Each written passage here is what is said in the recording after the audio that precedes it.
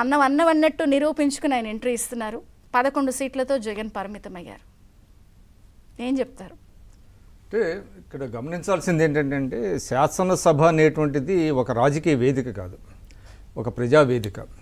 కానీ దురదృష్టం ఏంటంటే గత వైఎస్ఆర్ ప్రభుత్వంలో అది ఒక రాజకీయ వేదికగా మారింది.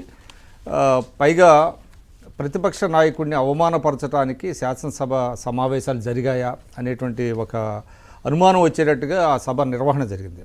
అది చాలా బాధాకరం. ఇప్పుడే మీరు కొన్ని చూపించారు. చంద్రబాబు నాయుడు గారిని ఏ విధంగా ఆ రోజు ఏంటంటే వాళ్ళకి 151 సీట్లు ఉన్నాయి కాబట్టి పదే పదే చెప్పేవాళ్ళు 151 సీట్లు 50% ఓట్లు అని ప్రతి సభ్యుడు ముఖ్యమంత్రి నుంచి అందరూ మాట్లాడేవాళ్ళు.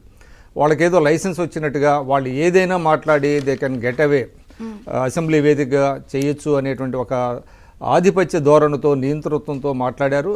శాసనసభ విలువల్ని దిగజార్చారు. అసలు ద పర్పస్ ఏంటంటే శాసనసభ పర్పస్ మనందరికీ తెలుసు. మనది అంటే ప్రజాస్వామ్యంలో ప్రజలందరూ వెళ్ళి ఆ సభలో కూర్చోలేరు కాబట్టి ప్రజలందరూ ఏంటంటే తమ ఒక ప్రతినిధిని ఎన్నుకుంటారండి. దాన్ని రిప్రజెంటేటివ్ డెమోక్రసీ అంటాం. ఆ రిప్రజెంటేటివ్ డెమోక్రసీలో ప్రతి సభ్యుడికి సమాన హక్కులు ఉంటాయి. అంటే తమ నియోజకవర్గంలో సంబంధించినటువంటి ప్రజల ఇబ్బందులు సమస్యల్ని అక్కడ ప్రస్తావించడానికి, ప్రభుత్వం నుంచి తగిన సమాధానం పొందడానికి అది ఒక వేదిక.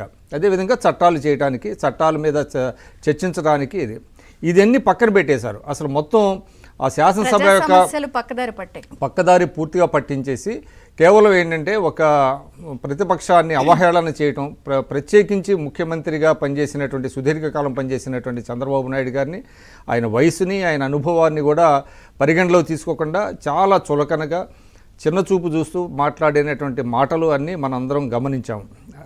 అంటే ఇంకొకటి ఏంటంటే ప్రభుత్వానికి స్పీకర్ కూడా ఒక పార్టీలాగా అవటం, అది అత్యంత బాధాకరం. ఏంటంటే స్పీకర్ రోల్ అండి ఒక రెఫరీ లాగా, ఒక ఎంపైర్ లాగా ఉండాలి.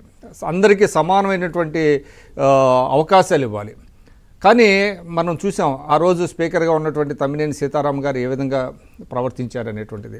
ఆయన ప్రతిపక్షం గొంతు నొక్కేయటం, పైగా ఆయన అందించటం, కొన్ని అంశాల్లో ఏంటంటే అధికార పార్టీ సభ్యులకి ఆయనే అందించేవాడు. అంటే ఈ విధంగా మాట్లాడచ్చు అన్నట్టుగా వాళ్ళకి అందించి వాళ్ళని పూర్తిగా సప్రెస్ చేసి ప్రతిపక్షాన్ని, చంద్రబాబు నాయుడు గారిని అవమానిస్తున్నా కూడా ఎక్కడా కూడా వాళ్ళని మీరు ఇది మంచిది కాదు, ఇలా చేయొద్దు అని ఆయన ఎప్పుడూ చెప్పలేదు. ఆ విధంగా స్పీకరు, ప్రభుత్వం ఇద్దరు కూడా ఏకమై ఆ రోజు అవమానించడం, చంద్రబాబు నాయుడు గారిని, ప్రజా సమస్యలను పూర్తిగా పక్కదారి పట్టించేయటం. దాంతో ఆయన ఒక పాయింట్ ఆఫ్ కొంత అంటే దాదాపు 3 సంవత్సరాల పాటు ఈ అవమానాలని ఆయన భరించారు.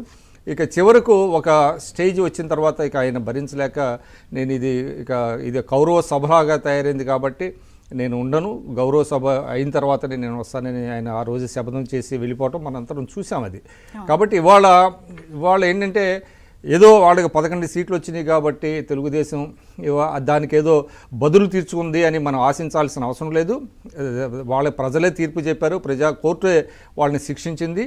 అయితే ఇవాళ ఏంటంటే చంద్రబాబు నాయుడు గారు ఏదైతే చెప్పారో ఇది ఒక గౌరవ సభలాగా, ఎందుకంటే ఆంధ్రప్రదేశ్ అసెంబ్లీకి సుదీర్ఘమైనటువంటి చరిత్ర ఉందండి. అద్భుతమైనటువంటి ప్రజాప్రతినిధులు దానికి రిప్రజెంట్ చేశారు. గౌతమ్ లచ్చన్ గారు, సిహెచ్ రాజేశ్వరరావు గారు, అదేవిధంగా గతంలో చూసినట్లయితే ఎంతోమంది పేర్లు చెప్పాలని చాలా ఉన్నాయి. ఇటువంటి వాళ్ళందరూ తమ చర్చల ద్వారా, సలహాలు సూచనల ద్వారా దాని యొక్క గౌరవాన్ని పెంచారు. ఏంటంటే ముందు అసలు శాసనసభ అంటే రూల్స్ రెగ్యులేషన్స్ కంటే కూడానండి సంప్రదాయాలు చాలా గొప్ప సంప్రదాయాలు. ఆ సంప్రదాయాలను నెలకొల్పినటువంటి పరిస్థితి ఉంది. చంట్ర పుల్లారెడ్డి గారు, అదేవిధంగా ఎట్లాగా నీలం సంజీవరెడ్డి గారు, అయ్యదేవర కాళేశ్వరరావు గారు స్పీకర్గా పనిచేసిన వాళ్ళు. అంటే రీసెంట్ పాస్ట్లో చెప్పాలంటే యనమల రామకృష్ణుడు గారు, ప్రతిభాభారతి గారు, మరీ ముఖ్యంగా ప్రతిభాభారతి గారు అయితే ఒక దశలో ఆమె తెలుగుదేశం పార్టీకి చెందినప్పటికీ ఆమె అధికార పార్టీ సభ్యులను కూడా మాట తూలితే క్షమాపణ చెప్పించినటువంటి సందర్భాలు కొన్ని ఉన్నాయి. అదేవిధంగా కేఆర్ సురేష్ రెడ్డి గారు, ఇట్లాగా చెప్పుకుంటా పోతే స్పీకర్లు కూడా నిష్పక్షపాతంగా ప్రజా సమస్యలనే మీరు ఇక్కడ చర్చించండి, మీరు ఏదైనా ఉంటే బయటికి వెళ్ళండి అని వాళ్ళు చాలా నిష్కర్షగా చెప్పేవాళ్ళు. అటువంటి అంత